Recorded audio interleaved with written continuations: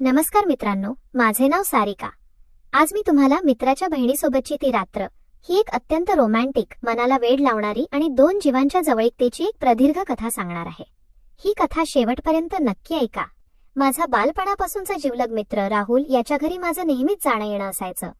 राहुलच्या कुटुंबाला मी माझंच कुटुंब मानायचो, त्यामुळे त्याच्या घरात माझा वावर अगदी हक्काचा होता।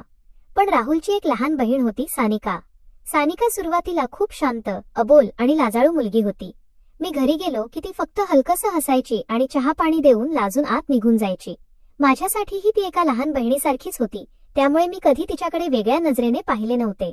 पण वेळ बदलत गेला आणि सानिका कधी मोठी झाली, तिचे रूप कधी बदलले हे मलाच कळाले नाही। ती कॉलेजला जाऊ लागली आणि तिच्यात एक वेगळाच देखणेपणा आला होता। तिचे ते मोठे बोलके डोळे, तिची नाजूक बांधा आणि हसताना गालावर पडणारी खळी नकळत माझे लक्ष वेधून घेऊ लागली होती। अनेकदा ती समोर आली की माझ्या मनात एक वेगळीच धडधड व्हायची, पण तो माझ्या जिवलग मित्राच्या घराचा विषय होता, विश्वासाचा विषय होता। त्यामुळे मी नेहमी माझ्या मनावर ताबा ठेवून असायचो आणि भावनांना आवर घालायचो। एकदा पावसाळ्याचे दिवस होते। राहुलच्या चुलत भावाचे लग्न ठरले होते, त्यामुळे त्याचे आई वडील आणि संपूर्ण कुटुंब 4 दिवसांसाठी गावी गेले होते। राहुल सुद्धा काही कामासाठी 2 दिवसांसाठी गावी गेला होता, पण सानिकाची कॉलेजची महत्त्वाची परीक्षा असल्यामुळे ती एकटीच घरी थांबली होती। राहुलने गावी जाताना मला बोलावून घेतले आणि माझ्या खांद्यावर हात ठेवून म्हणाला, मित्रा, सानिका घरी एकटीच आहे, जरा तिच्याकडे लक्ष ठेव। रात्रीचे दिवस आहेत, काही लागलं सवारलं तर बघ, मला तुझाच काय तो आधार आहे। मी त्याला विश्वासाने म्हणालो, तू काळजी नको करू, तुझा भाऊ इथे आहे, मी सर्व सांभाळेन। त्या दिवशी रात्री अचानक हवामान बदलले आणि मुसळधार पाऊस सुरू झाला। विजांचा कडकडाट इतका मोठा होता की अख्ख्या परिसरातील वीजगुल झाली। सगळीकडे किर्र अंधार पसरला। घराबाहेर वाऱ्याचा वेग वाढला होता आणि झाडांची पाने खिडक्यांवर आदळत होती। तेवढ्यात माझ्या मोबाईलची रिंग वाजली। पाहतो तर सानिकाचा फोन होता।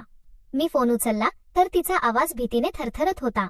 ती रडवेली होऊन म्हणाली, दादा, घरात खूप अंधार आहे, वीज गेलीये आणि विजांच्या आवाजाने मला खूप भीती वाटते। प्लीज तुम्ही घराकडे या ना, मला एकटं वाटतंय। तिचा तो घाबरलेला आणि व्याकुळ आवाज ऐकून मी स्वतःला रोखू शकलो नाही। मी तातडीने हातात विजेरी घेतली, अंगावर छत्री घेतली आणि पावसात भिजतच तिच्या घराच्या दिशेने निघालो। मी तिच्या घरापाशी पोहोचलो आणि दारावर थाप मारली। सानिकाने आतून अतिशय घाईघाईने दार उघडले। अंधारामुळे फक्त माझ्या विजेरीचा प्रकाश हॉलमध्ये पडत होता। सानिकाने पांढऱ्या रंगाचा एक साधा, मऊ आणि सैल कुर्ता घातला होता, ज्यात तिचे सौंदर्य अधिकच खुलून दिसत होते। दारात उभ्या असलेल्या ओल्या चिंब मला पाहताच ती भीतीने आणि आनंदाने थेट माझ्या गळ्यात पडली। तिने मला अत्यंत घट्ट मिठी मारली।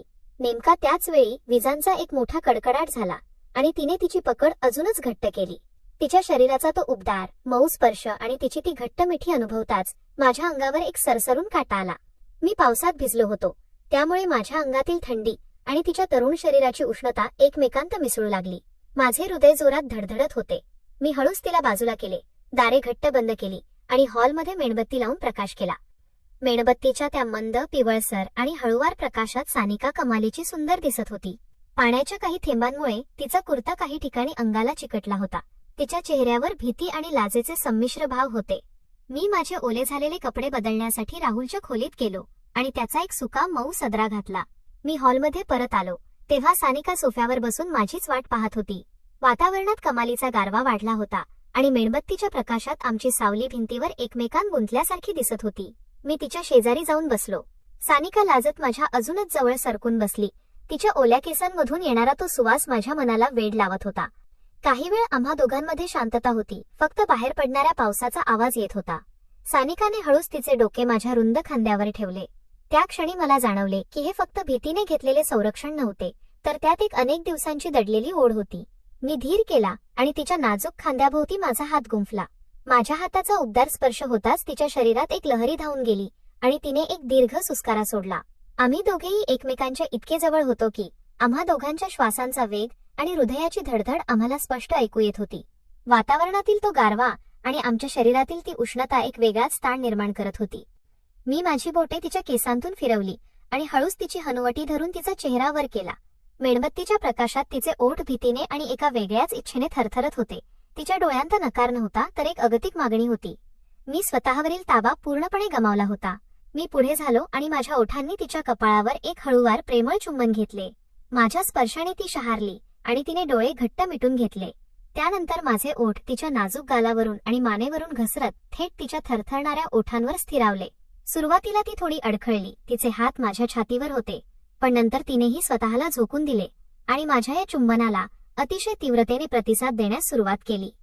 तो स्पर्श इतका वेडावणारा आणि तीव्र होता की आम्ही दोघेही आजूबाजूचे जग, समाज, मर्यादा आणि राहुलचा विश्वास सगळं काही विसरून गेलो.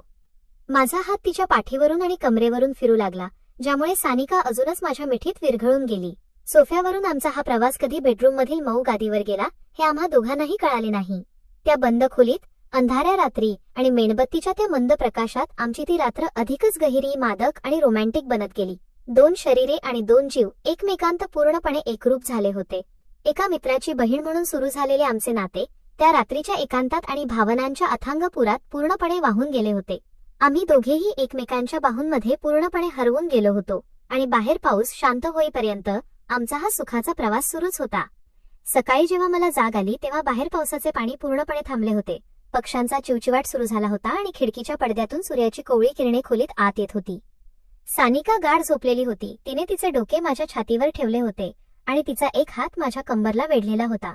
तिच्या त्या शांत चेहऱ्याकडे पाहताना मला जाणीव झाली की तिच्या चेहऱ्यावर आता कोणतीही भीती नव्हती, तर एक वेगळेच समाधान, सुख आणि सुरक्षेची भावना होती.